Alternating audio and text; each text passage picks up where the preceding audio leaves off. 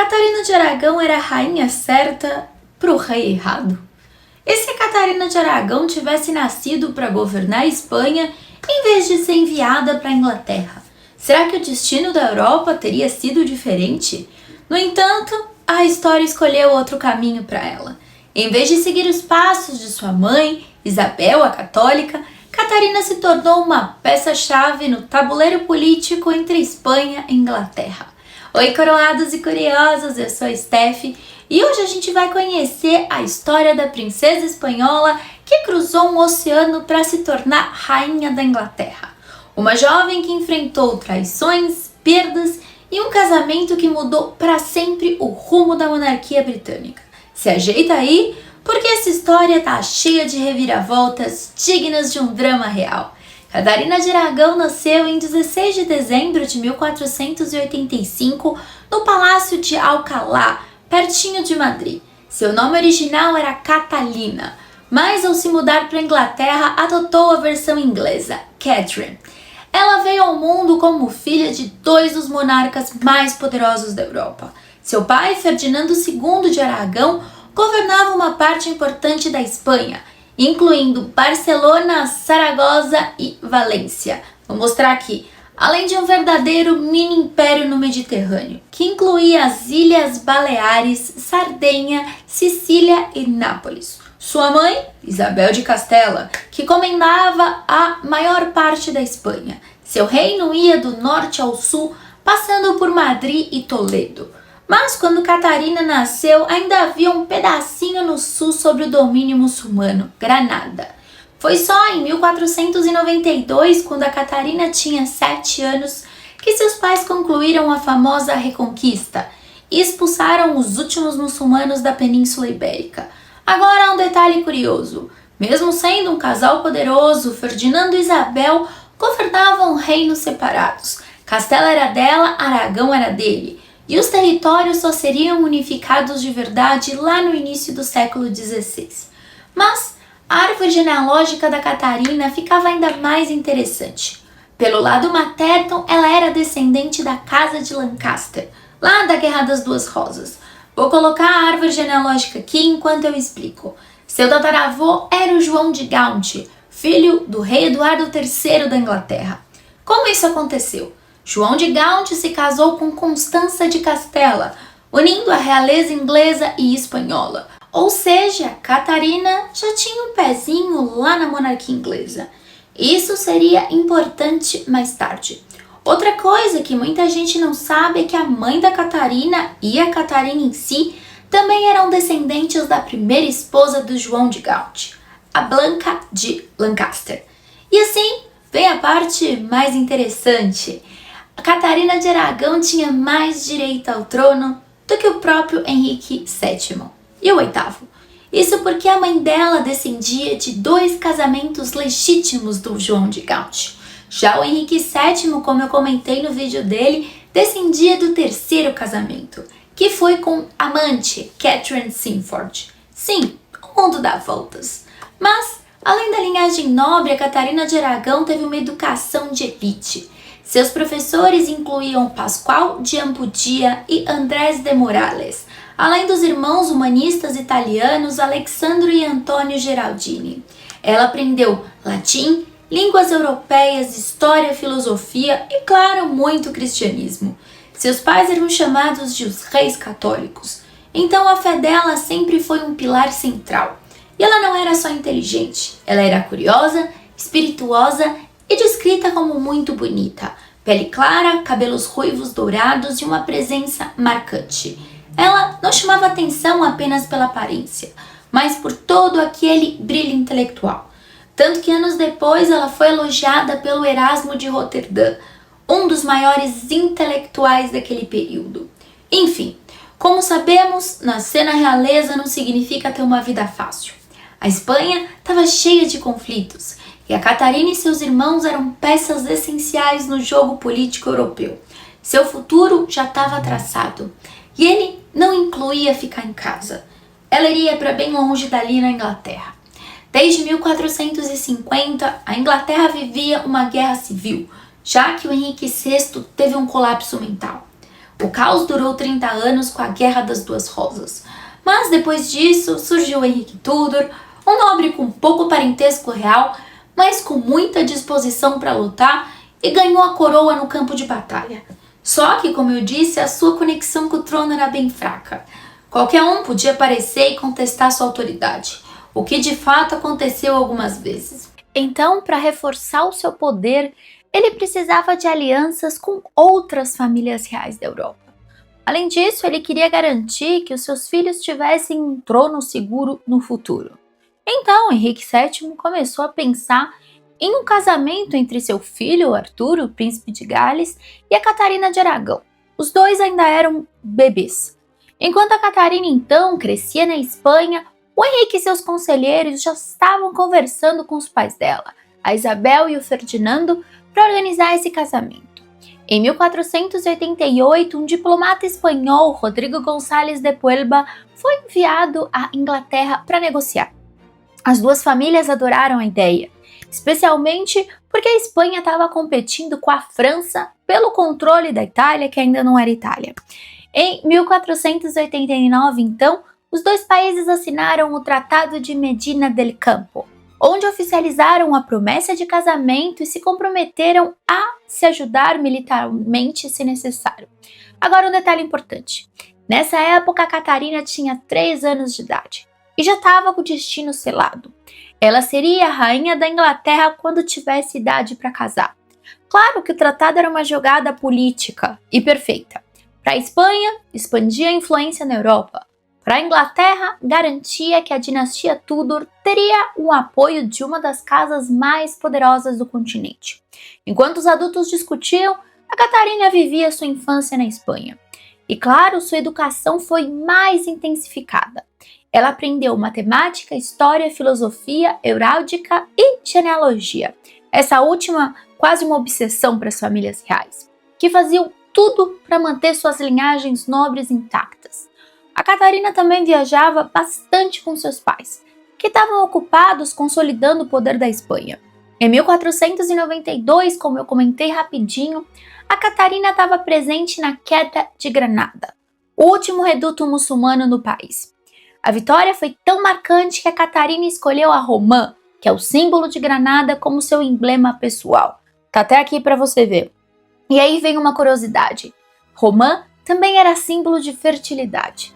Mal sabia Catarina que essa questão se tornaria um ponto central na sua vida. Outro comentário. Se você for lá visitar o túmulo da Catarina, você vai ver que até hoje as pessoas deixam romãs. Eu acho super fofo. Enfim, em 1º de outubro de 1497, a Inglaterra e a Espanha chegaram a um acordo definitivo. Foi estabelecido que o dote da Catarina seria de 20.000 coroas, metade paga na chegada e o resto depois do casamento. Catarina levaria roupas, joias e prataria como parte do pacote. Ela também receberia o título de princesa de Gales, já que seria a esposa do herdeiro ao trono. Parecia tudo certo, mas na prática esse acordo ainda ia dar muito pano para manga, muita dor de cabeça para os dois lados. Mas a gente vai chegar lá. O casamento estava marcado, mas tinha um detalhe, nenhum dos dois ainda eram adolescentes. Por isso, eles decidiram que a cerimônia real só aconteceria quando o Arthur tivesse 14 anos e a Catarina 15. Mesmo assim, por serem tão jovens e serem parentes, eles precisaram de uma autorização especial, a bula papal, do Papa Alexandre VI para tudo ser oficializado. E foi aí que a preparação da Catarina começou para valer. Ela passou então a estudar inglês, mesmo se for um pouquinho, e as tradições da corte britânica. Sua mãe Isabel de Castela fazia questão de acompanhar tudo de perto. Ela queria que a Catarina fosse uma rainha exemplar, reflexo do poder e da grandeza da Espanha. Mesmo com toda a pressão política e social, a Catarina parecia aceitar seu destino com maturidade. As cartas trocadas entre as cortes elogiavam sua inteligência, sua virtude e seu comportamento refinado. Então, em maio de 1499 aconteceu o primeiro casamento da Catarina e do Arthur. Calma! Foi aquele tipo de casamento por procuração. Cerimônia simbólica onde o representante do noivo assumia seu papel. Catarina ainda estava na Espanha e Arthur, com 13 anos, estava seguindo sua rotina na Inglaterra. Os dois trocavam cartas de amor e Arthur até escreveu: "Mal posso esperar para nos casarmos de verdade." Fofo, né? Mas essa história teria muitas reviravoltas. Com tudo acertado, então, finalmente chegou o momento da Catarina partir para a Inglaterra. E foi aí que as coisas começaram a desandar e sair do controle. Em outubro de 1501, então, depois de anos de preparativos, a Catarina embarcou em sua viagem definitiva. Ela jamais voltaria à Espanha. Henrique VII queria, então, fazer uma recepção luxuosa, mas a sua mãe, Isabel de Castela, não gostou nada da ideia. Ela chegou a escrever para ele dizendo: "Que tal gastar menos e focar no que realmente importa? Tipo, o amor entre o casal."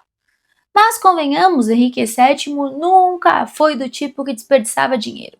Na verdade, ele era conhecido como pão duro. Então, no final das contas, a recepção da Catarina não foi tão exagerada assim, pelo menos nos padrões da realeza. Antes da viagem, a Isabel cuidou pessoalmente de cada detalhe. Catarina recebeu baús repletos de roupas luxuosas, joias, materiais de bordado e livros. Tudo foi cuidadosamente embalado e marcado com as suas iniciais. Afinal, ela não estava indo só para se casar, estava mudando para um novo mundo. A despedida foi emocionante. No palácio de Alhambra, a jovem princesa Catarina de Aragão se despediu da família, dos amigos e tudo o que conhecia. Mas mal sua frota deixou a costa espanhola e o caos começou. Logo no início da viagem, uma tempestade violenta atingiu os navios. Um dos barcos afundou e a Catarina passou tão mal que eles precisaram fazer uma parada de emergência em Laredo. Lá, ela escreveu uma carta para a mãe, contando sobre o susto, mas tentando parecer forte. Finalmente, em 2 de outubro de 1501, Catarina chegou a Plymouth, na Inglaterra, e a recepção foi grandiosa. Os ingleses pareciam encantados com a princesa espanhola. As igrejas tocavam seus sinos sem parar, uma guarda de honra estava pronta no porto e multidões se reuniram para vê-la. Ela mal sabia falar inglês, mas percebeu que o povo já adorava. O caminho até Londres foi uma grande celebração. Em cada parada, nobres locais organizavam banquetes, torneios e fogos de artifício. E também, barris gigantes de cerveja eram distribuídos gratuitamente para a população. A Catarina provavelmente estranhou o costume inglês de celebrar com tanta bebida. Mas naquele momento, ela não ligou muito. Tudo parecia um conto de fadas. Claro que no meio da festa tinha alguém que não sabia esperar. Henrique VII. O rei deveria encontrar Catarina apenas em Londres, mas ansioso ele ignorou completamente o protocolo. Em um dia chuvoso, ele simplesmente pegou seu cavalo e cavalgou até Godsmerfield, onde a princesa estava hospedada. O embaixador espanhol ficou horrorizado com a atitude do rei. Ele tentou argumentar que não era apropriado a Catarina receber uma visita surpresa, mas o Henrique nem quis saber. Ele respondeu friamente: "Isso aqui é a Inglaterra. Catarina precisa se acostumar com os nossos costumes." Aí, os servos correram para avisá-la. E a Catarina soube exatamente o que fazer. Mesmo surpresa com o rei aparecer de surpresa na hora de dormir, ela se recompôs rapidamente e recebeu Henrique VII com um misto de timidez e carisma. Para quebrar o clima tenso, ela chamou os seus músicos e seu povo da corte para animar os convidados. E assim, o que poderia ter sido um grande erro de protocolo, acabou virando uma festa improvisada. A conversa aconteceu em latim, já que a Catarina não falava o inglês fluentemente. Ela tinha acabado então de ganhar pontos valiosos com o sogro, algo que seria crucial para os desafios que ela enfrentaria no futuro. No dia seguinte, o Henrique VII levou a Catarina até Londres, onde a cidade inteira já estava preparada para recebê-la, ainda com mais pompa e celebração. As ruas estavam decoradas, multidões se aglomeravam para vê-la e também tinha aqueles barris de cerveja que eram distribuídos gratuitamente. Por que não? Perfeito. Mas os ingleses não eram os únicos observando. Diplomatas estrangeiros estavam analisando cada detalhe, relatando tudo para suas cortes, os fofoqueiros. O casamento da Catarina com Arthur não era só uma união entre dois adolescentes, mas Então, como eu já expliquei, uma jogada política entre duas nações poderosas. E todo mundo queria saber os rumos que esse relacionamento ia tomar. Ao longo do percurso, a Catarina era saudada por nobres e plebeus. Em cada esquina, novas encenações teatrais surgiam, exaltando sua beleza, sua linhagem e o futuro brilhante que ela teria como rainha da Inglaterra. Antes de continuar, eu quero abrir um parênteses de como começou e se manteve a relação entre a família Tudor e a Catarina. A rainha Elizabeth de York da Inglaterra era muito diferente da mãe da Catarina de Aragão, a Durona Isabel de Castelo. Elizabeth de York era mais calma, e talvez a Catarina até tenha achado esse contraste um alívio. Já Margaret Beaufort, avó do Arthur, era provavelmente mais parecida com o que a Catarina já conhecia. Gentil, acolhedora, mas com aquele ar de autoridade que ninguém questionava. Também tinha Henrique, o irmão mais novo do Arthur, o Henrique VIII. O menino de 10 anos, cheio de energia, que já adorava roubar a cena em qualquer evento. E também as irmãs do Arthur, a Margaret, de 12 anos, e a pequena Mary. A Margaret e a Mary tinham algo em comum com a Catarina. Ambas sabiam que o destino de uma princesa era deixar sua terra natal para casar com alguém que seus pais achassem interessante. Margaret, por exemplo, já estava prometida ao rei da Escócia e logo teria que partir. Ela provavelmente observava a Catarina com atenção para ver como ela lidava com a saudade de casa e se estava se adaptando bem ao novo lar. Catarina até parecia então estar se ajustando bem. Talvez o relacionamento com Arthur ainda não fosse aquele romance épico que as cartas de amor sugeriram, mas ele seria gentil e tranquilo, o que seria um bom começo. Catarina não tinha esperado escolher seu próprio marido, então não havia grandes expectativas e decepções. Além disso, ela acreditava que com o tempo eles podiam se amar e governar juntos. Eles teriam filhos, que era a principal razão do casamento, e enfrentariam juntos as alegrias e as tristezas, como a perda de alguns filhos, algo comum na época. O que eu sempre falo é que eu acho que o Arthur seria um bom marido para Catarina. E eu acho que os dois governariam muito bem. Mas o destino quis outras coisas, né? A gente também provavelmente especula que o Arthur não teria criado a Igreja Anglicana. E a Igreja Anglicana até hoje é muito vista na Inglaterra, e não só isso. A criação da Igreja Anglicana e a Reforma ajudou muito no crescimento e na criação da potência que é a Inglaterra. Enfim, após a chegada triunfal da Catarina a Londres, os preparativos para o casamento ganharam um ritmo frenético. Afinal, esse não seria um casamento qualquer, seria um evento de proporções épicas, o maior que a Inglaterra já tinha visto. O rei Henrique VII não queria apenas impressionar os espanhóis e fortalecer a aliança política. Ele queria deixar claro que os Tudors eram a nova força dominante da Europa. E para isso, nada melhor do que uma cerimônia super extravagante. A Catarina ficou hospedada no Palácio do Bispo de Londres, também conhecido como o Palácio de Barnard Castle, antes do casamento. Esse era um local tradicionalmente usado para hospedar, sim, membros da realeza estrangeira e convidados importantes. Foi lá que ela descansou após a longa viagem e onde Henrique VII também a encontrou novamente antes da cerimônia. A Catedral de São Paulo foi escolhida como palco para a união de Catarina de Aragão e o príncipe Arthur de Gales. E, para a ocasião, ela foi totalmente transformada. Esculturas foram redesenhadas, brasões reais adicionados e uma passarela elevada foi construída só para todo mundo ver o casal em detalhes. Porque um evento desse precisava de uma plateia à altura. E o que dizer dos preparativos do banquete? Os melhores cozinheiros do reino foram instruídos a criar pratos luxuosos que exaltassem a riqueza da Inglaterra. Pratarias douradas, decorações extravagantes e uma quantidade absurda de comida e vinho grátis foram preparados para os dias de festa. Mas no meio de todo esse luxo, tinha um tom de tensão no ar. A Catarina sabia que aquele momento definiria seu futuro. Ela não estava apenas se casando com o príncipe, ela estava se casando com uma dinastia inteira e nova. Então, no dia 14 de novembro de 1501, Londres parou para assistir o casamento real. Desde as primeiras horas da manhã, as ruas estavam tomadas por curiosos, tentando garantir um espaço para ver a noiva. Os sinos das igrejas tocavam sem parar, anunciando que aquele era um dia histórico. Quando Catarina de Aragão apareceu, acompanhada inclusive do seu futuro marido, Henrique VIII, que na época tinha 10 anos, ela estava trajando um vestido riquíssimo, de tecido dourado bordado à mão. Estava elegante, graciosa e totalmente preparada para o momento. Arthur, por sua vez, parecia menos à vontade. Com apenas 15 anos, franzino, visivelmente exausto das preparações, ele não demonstrava o mesmo brilho da sua noiva. Mas, no fim, aquilo não importava tanto. O que importava era o que aquele casamento significava.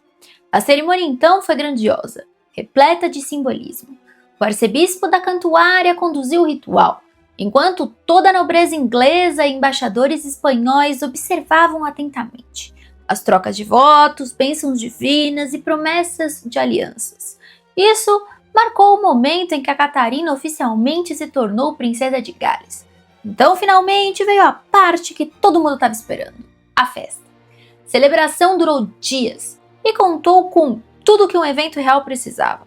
Torneios entre cavaleiros, apresentações teatrais e festas intermináveis dentro do Palácio Real. Mas enquanto a Catarina parecia brilhar ainda mais a cada dança, o Arthur dava sinais de que a festa estava exigindo demais dele. Ele participou de apenas uma dança, o que preocupou seus pais, especialmente sua mãe, Elizabeth de York, que já tinha perdido outros filhos. O grande destaque da festa foi Henrique. O pequeno príncipe de 10 anos roubou a cena, dançando animadamente e arrancando risadas da corte. Em determinado momento, ele ficou tão empolgado que tirou o manto real e continuou dançando apenas com sua camisa de seda. Enquanto isso, o Arthur se manteve mais discreto, sem demonstrar a mesma energia. Mas, independente disso, a festa foi um sucesso. Agora restava a noite de núpcias. E como você deve imaginar, essa parte viraria um dos maiores debates da história mais pra frente. Como era tradição, o Arthur e a Catarina foram escoltados até seus aposentos por uma pequena multidão de cortesãos. O ritual incluiu rezas, bênçãos e toda uma cerimônia para garantir que o casal cumprisse seu dever real. Depois que todos deram seus votos de felicidade e fertilidade ao casal, as cortinas do leito nupcial foram fechadas e finalmente eles ficaram sozinhos. Então, aconteceu ou não aconteceu? No dia seguinte, Arthur teria saído do quarto com um sorriso e soltado uma frase que ficaria para a história. Essa noite eu estive na Espanha 2 vezes. Alguns historiadores acham que ele queria se gabar. Outros acreditam que ele estava tentando esconder que na verdade nada aconteceu. Com toda aquela cerimônia para colocá-los na cama, não é de se estranhar que talvez os dois, ambos jovens e inexperientes, não tenham consumado o casamento naquela noite. A Catarina sempre afirmou isso nos anos seguintes. Eu comentei até sobre isso num vídeo que você encontra na playlist Tudor, se eles fizeram ou não. Apesar disso, nas semanas que vieram depois do casamento, o Arthur e a Catarina começaram a desenvolver uma relação de carinho e afeto. O pessoal da corte espanhola escrevia para casa super animado, dizendo que os dois pareciam se dar muito bem. O próprio Arthur escreveu para a avó de Catarina, dizendo que amava sua esposa e prometia ser um marido fiel e amoroso por todos os dias de sua vida. Henrique, o pai de Arthur, também estava empenhado em manter as boas relações. Ele escreveu aos sogros Ferdinando e Isabel, garantindo que trataria Catarina como um segundo pai e que cuidaria dela em tudo o que fosse possível. E por um tempo ele cumpriu a promessa, mas a gente vai chegar lá. Seja como for, essa questão se tornaria central para um dos maiores escândalos da monarquia inglesa no futuro. Mas, por enquanto, Catarina acreditava que sua nova vida como princesa de Gales estava apenas começando e achava que tudo ia continuar bem. Mas a gente vai ver. Catarina de Aragão estava vivendo um sonho. Bailes, festas mascaradas e torneios acontecendo o tempo todo, tanto na corte quanto na casa dos nobres que queriam impressionar o futuro rei e rainha. Nos momentos mais tranquilos, ela passava tempo com Arthur. E também os irmãos dele, tocando instrumentos como alaúde, virginais e contando histórias da corte de seus pais ou das cruzadas de sua mãe contra os mouros.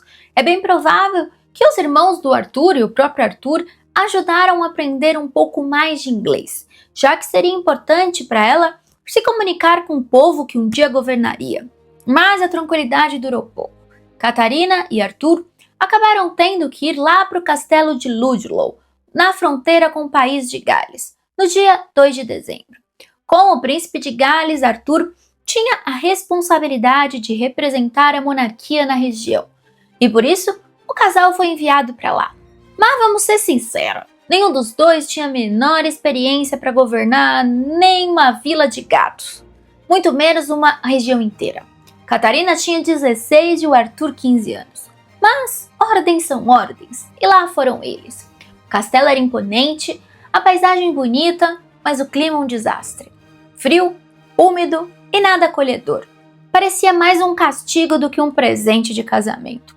Para piorar, uma onda de doenças começou a se espalhar pela região. E logo surgiram os boatos que o Arthur estava doente. E, infelizmente, os boatos estavam certos. Ele foi tomado por uma febre forte que só piorava a cada dia. Catarina também ficou doente, mas se recuperou. O Arthur não teve a mesma sorte. Dia 2 de abril de 1502, ele faleceu, levando com ele as esperanças da aliança perfeita entre a Espanha e a Inglaterra. Agora, do que ele morreu? Bom, oficialmente a causa nunca foi confirmada, mas existem algumas teorias. A doença do suor, que era a principal suspeita da época. Ela aterrorizava a Inglaterra e matava em poucos dias. Os sintomas incluíam febre intensa, suor excessivo e colapso repentino. A Catarina também ficou doente, né? Talvez disso, talvez não, mas ela sobreviveu. A gente acha que a saúde dela era bem mais forte que do Arthur, que ele nunca foi representado como um menino forte, sempre um menino mais franzino, fraco. Podia também ser tuberculose. Alguns historiadores sugerem que o Arthur já era um jovem de saúde frágil e que a tuberculose pode ter sido a causa da sua morte. Ele sempre foi descrito como um garoto magro e pálido, o que podia indicar uma doença prolongada. Também podia ser uma simples gripe que virou pneumonia. Parece algo banal hoje, mas na época, Idade Média, começo da Idade Moderna, uma infecção respiratória podia ser fatal. Ainda mais no frio úmido lá de Ludlow. E também, por último, podia ser intoxicação alimentar, que dizem que ele pode ter sido vítima de um surto desse, o que explicaria o porquê a Catarina ficou doente também. Seja qual for a causa, o impacto foi devastador. A morte do Arthur não era só uma tragédia pessoal, a morte de um menino, de um herdeiro, para a Catarina, mas uma crise política gigantesca. Agora, a coitada da Catarina estava sozinha, viúva, presa num país estrangeiro sem saber o que ia acontecer com ela. Voltar para a Espanha, ficar na Inglaterra, casar de novo, se tornar freira. A única certeza que ela tinha era que ela não tinha certeza de nada. O Henrique VII, seu sogro, não demorou a perceber que o casamento da Catarina com Arthur tinha sido um investimento caro demais para que ele deixasse ela embora. Afinal, metade do dote não havia sido pago. Em vez de devolvê-la para a Espanha, ele começou a pensar numa outra estratégia. Por que não casar a Catarina com seu outro filho, o jovem Henrique de 10 anos? Só tinha um pequeno detalhe. Na Igreja Católica, casar com o irmão do falecido marido era tecnicamente proibido, a menos que o Papa concedesse uma permissão especial. Na época, a dispensa foi concedida com "e se", ou seja, não importava se ela ainda era virgem. De qualquer forma, ambos os pais estavam planejando o futuro da Catarina, e ela só queria voltar para casa. Mas ao invés disso, ela foi enviada para morar na Durham House, em Londres. Mas nem lá ela tinha paz. Sua dama de companhia, Dona Elvira, e o embaixador espanhol Rodrigo de Puelba disputavam o controle sobre a vida dela. Nenhum dos dois consultava a jovem para nada, como se ela fosse um mero objeto na mesa de negociações. E sabemos que do lado de fora a situação não era diferente. Outra coisa que a gente tem que abrir um parênteses. Naquela série Spanish Princess, que, como eu sempre falo, foi feita pela Philippa Gregory, que não é historiadora, é romancista, e ela dá muitas viajadas. Ela imagina o que os personagens pensavam. Enfim, lá mostra que o Henrique VII chegou a pensar em se casar com a Catarina. Mas calma, essa ideia surgiu assim, boatos, a gente não sabe se ele verdadeiramente queria, ou se realmente ele falou isso, para que o Ferdinando e a Isabel não falassem não quando viesse a proposta de casamento pro Henrique VIII, que ainda era príncipe. Enfim, se a vida dela já estava um caos, ficou pior. Em fevereiro de 1503, a Elizabeth de York, rainha da Inglaterra, morreu ao dar à luz a um bebê que também não sobreviveu. Isso abalou profundamente o Henrique VII, que agora era um viúvo de 46 anos. Foi aí então que surgiu essa ideia que eu acabei de explicar. De qualquer forma, então, tudo mudou de rumo, na verdade seguiu o rumo perfeito, porque em 23 de junho de 1503, o tratado do casamento entre a Catarina e o jovem Henrique foi firmado. Enquanto isso, a corte seguia cheia de despedidas. Apenas uma semana depois do acordo, a Margaret Tudor, a irmã do príncipe, partiu para a Escócia para se casar com James VI. Eu fiz até um vídeo sobre ela, assista. Ela tinha apenas 14 anos. Tinha acabado de perder a mãe e o irmão, e mesmo assim foi enviada para um país estrangeiro. Se Catarina soube da tristeza da cunhada, certamente se identificou. Afinal, ela também estava quase na mesma situação, isolada, lidando com saudade de casa e adoecendo de estresse. E as decepções não pararam por aí. A Catarina logo percebeu que nem seus pais e nem seu sogro estavam dispostos a gastar dinheiro com ela. Prova disso foi quando a Maria de Salinas, sua amiga e dama de companhia, recebeu uma proposta de casamento do neto do conde de Derby. Ela não recebeu ajuda com o dote, então o noivo, desapareceu. Então, enfim, enquanto Catarina tentava sobreviver na corte inglesa, o caos também começou a se instalar na Espanha. Tava ruim para todo mundo. Não importa quem vai ganhar ou perder, vai todo mundo perder. Enfim, em 26 de novembro de 1504, a Isabel de Castela morreu e a sucessão virou uma bagunça. Como ela e o Ferdinando tinham combinado que um não governaria o território do outro, o trono de Castela passou para Juana, a louca, a irmã mais velha da Catarina. E aí começou a confusão. A Juana era casada com Felipe, o Belo, da poderosa família Habsburgo. Esse casamento era uma bomba relógio. Enquanto isso, Henrique VII olhava para essa bagunça e começava a duvidar do casamento da Catarina com seu filho. Será que ainda valia a pena aliar-se à Espanha se o Ferdinando estava prestes a perder Castela?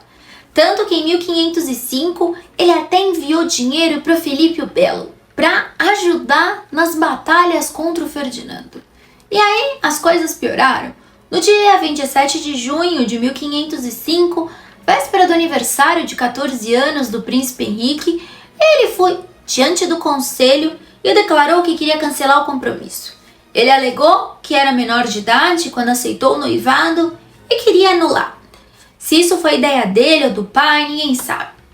O que a gente sabe é que o Ferdinando não mandou o resto do dote da Catarina. E o Henrique VII então começou a cortar mais os gastos da jovem. Ela escreveu várias cartas ao pai, pedindo ajuda, mas ele não respondeu. Para piorar, o Rodrigo de Puelba, o embaixador espanhol, nem enviava todas as cartas. Ele simplesmente assegurava e dizia para Ferdinando que a Catarina só sabia reclamar. Homens. Porém, no meio desse caos, a Catarina teve um breve momento de alegria. No começo de 1506, a Juana e seu marido Felipe, a irmã da Catarina, foram forçados a parar na Inglaterra depois de uma tempestade que os desviou do caminho. O Henrique VII os recebeu como convidados de honra no castelo. Para Catarina, foi chance de rever a irmã. Só que essa visita foi emocionante e perturbadora ao mesmo tempo. A Juana estava muito infeliz com as infelicidades do Felipe. E os dois viviam uma relação bem tóxica e destrutiva. Mas tudo isso mudou com a morte de Felipe em outubro daquele ano. E a Juana mostrou porque o apelido dela era de a Louca. Ela carregou o caixão por metade da Espanha até Tordesilhas, onde Ferdinando, seu pai, finalmente a trancou num castelo. Catarina, por sua vez, continuava presa em Londres, esperando seu destino ser decidido. Mas o jogo virou. Depois de quase 3 anos de espera e tristeza, em 22 de abril de 1509, o Henrique VII morreu. E seu filho, agora Henrique VIII, tomou as rédeas da situação. Ele anunciou que seu pai, antes de morrer, havia expressado o desejo de que ele se casasse com a Catarina. E ele queria fazer isso. A gente não sabe se o velho rei realmente tinha falado isso ao filho, ou o jovem Henrique sempre esteve apaixonado pela cunhada. De qualquer forma, parecia que os ventos finalmente começaram a soprar a favor da Catarina, glória a Deus. E essa, meus queridos, foi a maior vitória da vida da Catarina até aquele momento. A jovem princesa espanhola, que passou anos sendo tratada como uma peça descartável no jogo político, finalmente receberia o respeito e o status que ela sempre acreditou merecer. Mas é claro que a vida dela não seria tão simples assim. Se a fase de princesa renegada chegou ao fim, a de rainha da Inglaterra estava só começando. E como você já sabe, esse foi o capítulo mais intenso e dramático da sua história. No próximo vídeo, vamos mergulhar nos anos de Catarina como rainha, no início do casamento com Henrique VIII e nas primeiras rachaduras que surgiram dessa união e que levaram a um dos maiores escândalos da monarquia britânica. E eu espero que você tenha gostado do vídeo e aproveita e se inscreve no canal. Aqui o café nunca esfria e as intrigas da história são sempre servidas quentinhas para você. A gente tem vídeo todos os dias às 8 horas da noite. Um beijo e eu te vejo amanhã.